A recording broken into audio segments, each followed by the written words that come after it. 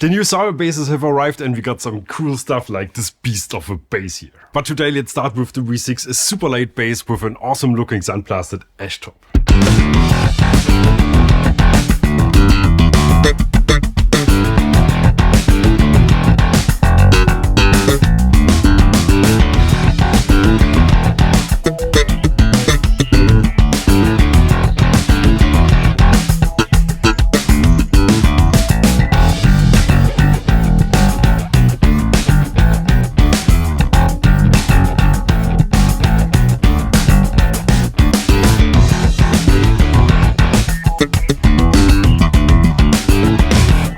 Hi everyone, welcome to Bass the World, the channel where we try all kinds of basses and bass gear. My name is Gregor Fries and on bass we have my friend Mr. Frank A today playing the new Marcus Miller V6 from Sire.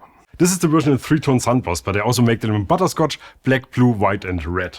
Here we have a maple neck, but the black and the red version come with a rosebud fretboard. And while we're at it, the V6 is also available as a 5-string model. But I chose this one because I wanted to go classic. Not sure why this color is so appealing to me.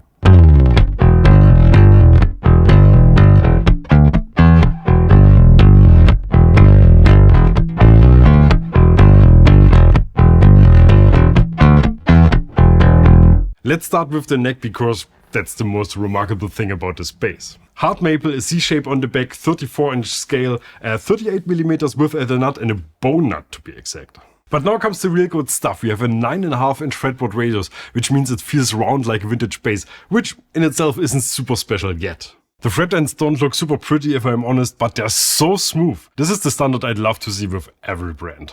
The neck is so comfortable, it's so good. I've played basses that cost like 5 times as much and they don't even come close.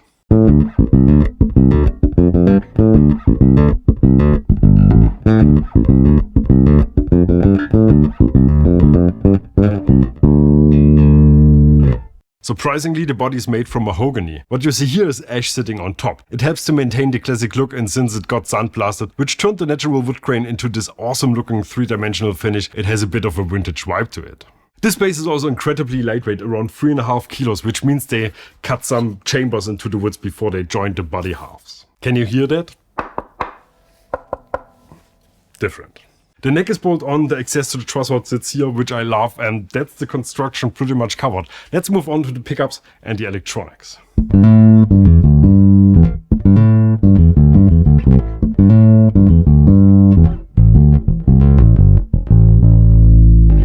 The pickups are the Marcus Super J Revolution set. 2 single coils as it's typical in these sort of basses. They're not described as noiseless designs, but at least here in the studio we didn't have any noise issues with them, even though passive single coils paired with an active electronic are often the breeding ground for all sorts of issues.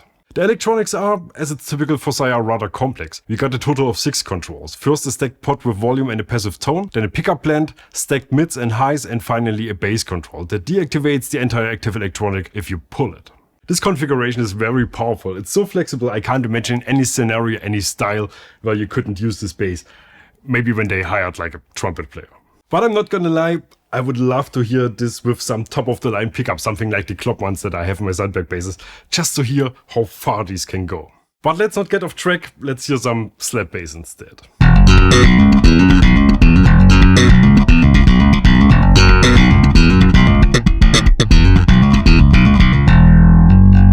The bridge is a simple Fender style design, slightly more beefy than what we would see on a vintage bass. Then we have a string retainer for the A, the D and the G string, plus a set of tuners in a similar compact size as we know it from Hipshot. Not Hipshots though, we only see these on the slightly more expensive Sire basses. Oh, and the strings are Dragon Skin Plus from DR, really good stuff, I like these a lot.